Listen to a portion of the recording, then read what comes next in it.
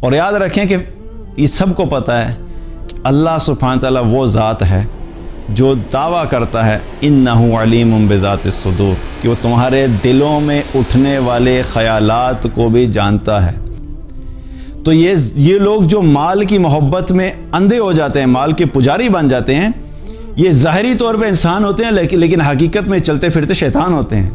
یہ انسانی درندے ہوتے ہیں کہ ان کے اندر سے احساس ختم ہو جاتا ہے، ان کے اندر سے اللہ کا خوف ختم ہو جاتا ہے، ان کے اندر سے آخرت کا ڈر ختم ہو جاتا ہے، ان کے اندر سے آخرت کی اکاؤنٹیبلٹی ختم ہو جاتی ہے۔ اور کیونکہ یہ مال کے اتنے زیادہ غلام بن چکے ہوتے ہیں، میں نے شروع میں جو بتایا کہ پھر انہیں اللہ کی غلامی سے کوئی فرق نہیں پڑتا۔ ان کا مقصد زندگی میں صرف ایک ہوتا ہے، وہ کیا ہے؟ مال اکٹھا کرنا ہے، اور دن رات اسی فکر میں رہتے ہیں کہ بس کس طریقے سے مال کو بڑھایا جائے۔ اور پھر جب انسان 2 نمبر طریقے سے مال بناتا ہے نا، تو اس کو سارے راستے پتہ ہوتے ہیں، اور ایسے لوگوں کے ساتھ اگر آپ بیٹھ کے ڈسکشنز کریں گے نا، اس کو بتائیں گے بھائی دیکھیں یہ اس طریقے سے غلط ہو رہا ہے، یہ لوگ اتنے شارپ ہو چکے ہوتے ہیں 2 نمبری کر کے کہ آپ ان کے ساتھ باتوں میں بھی ان سے نہیں آگے نکل سکتے، آپ ان کو جسٹیفائی نہیں کر سکتے۔ وہ آپ ایک سوال کریں گے، اس سوال کو گھما کے کسی اور طرف لے جائیں گے۔ اچھا آپ اس سوال کے بارے میں کہیں گے نہیں یہ اس کو ایسے کریں، وہ اس کو گھما کے کہیں اور لے جائیں گے۔ تو جسے ہم کہتے ہیں نا باتوں کے بادشاہ، تو یہ باتوں کے بادشاہ ہوتے ہیں، اور یہ یوں سمجھتے ہیں کہ ہم لوگوں کو بیوقوف بنا دیں گے، اور ٹھیک ہے اس کو بھی بیوقوف بنا دوں گا، اس کو بیوقوف بنا دوں گا۔ لیکن اللہ تعالیٰ نے ایک دن رکھا ہے، اور اس دن کا نام اللہ تعالیٰ نے رکھا ہے یوم الدین۔ اور وہ ایسا دن ہے کہ اللہ تعالیٰ ہم سب کو دن میں 5 دفعہ یاد کراتا ہے، مالک یوم الدین، مالک یوم الدین، مالک یوم الدین، ہر نماز میں پڑھتے ہیں ہم۔ اور وہ یہ ریمائنڈ کراتے ہیں کہ دیکھو یہ جو تم کام کر رہے ہو نا، دنیا میں تو تم لوگوں کو بیوقوف بنا لو گے، لیکن ایک دن ہے جس دن ایک ہی مالک ہوگا۔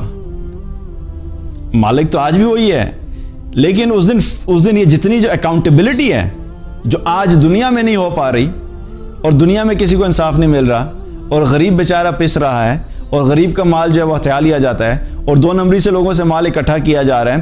آج شاید کوئی نہ پکڑ سکے تمہیں، لیکن ایک دن ہوگا کہ جب وہ مالک دن قائم کرے گا اور تمہیں بلائے گا، تو پھر اس کے سامنے کھڑے ہو کے ذرا اپنا پلان لے کے جانا ہے کہ اس کو کیسے جو ہے وہ باتوں میں کور اپ کرنا ہے۔ اور یاد رکھیں کہ یہ سب کو پتہ ہے کہ اللہ سبحانہ تعالیٰ وہ ذات ہے جو دعویٰ کرتا ہے انہ علیم بذات الصدور، کہ وہ تمہارے دلوں میں اٹھنے والے خیالات کو بھی جانتا ہے۔ تو یہ جو زبان پہ 2 نمبری آتی ہے نا، اس 2 نمبری زبان پہ آنے سے پہلے یہ دماغ اور دل میں 2 نمبری ہوتی ہے کہ کس طریقے سے میں نے باتوں کو گھمانا ہے۔ اور جو ذات یہ دعویٰ کر رہی ہے کہ میں تمہارے سینے میں اٹھنے والے خیالات کو بھی جانتا ہوں، تو وہیں پہ پکڑ لے گا، سوچ بھی پکڑ ہو جائے گی، بھئی تم سوچ کیا رہے ہو۔ اور پھر قیامت کے دن ایسا ہوگا کہ جب سوال جواب کیے جائیں گے تو کچھ ایسے لوگ ہوں گے جن کے گناہ اللہ تعالیٰ گنوائے گا کہ تم نے فلاں گناہ کیا، فلاں گناہ کیا۔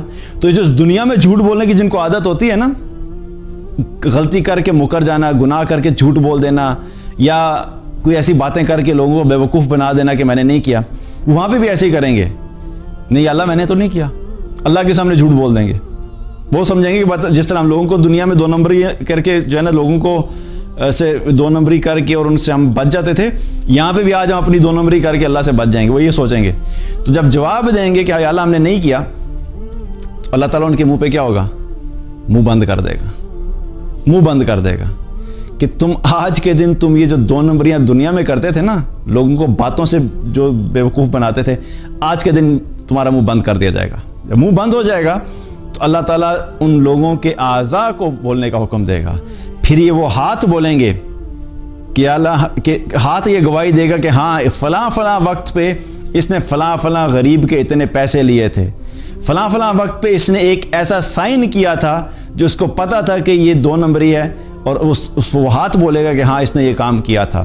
یہ ٹانگیں بولیں گی کہ ہاں فلاں فلاں وقت پہ یہ 2 نمبری کرنے کے لیے فلاں جگہ پہ گیا تھا۔ انسان کے اعضاء سارے کے سارے گواہی دیں گے، اس کے اپنے خلاف گواہی دیں گے کہ یا اللہ اس نے یہ سارے کام کیے تھے۔ تو اس وقت کیا کریں گے؟ بچ جائیں گے کیا؟ اللہ سے بھاگ کے کدھر جائیں گے؟ تو اس لیے ہمیں آپ سب یہ بات کرنے کا مقصد کیا ہے؟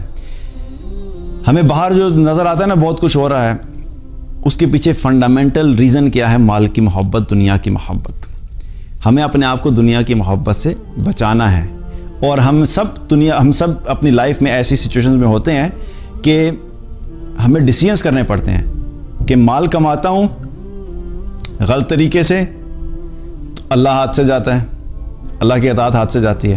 اللہ کی اطاعت پہ رہتا ہوں تو اس ڈیل میں پروفٹ نہیں ہو گیا، ڈیل ہاتھ سے جا رہی ہے۔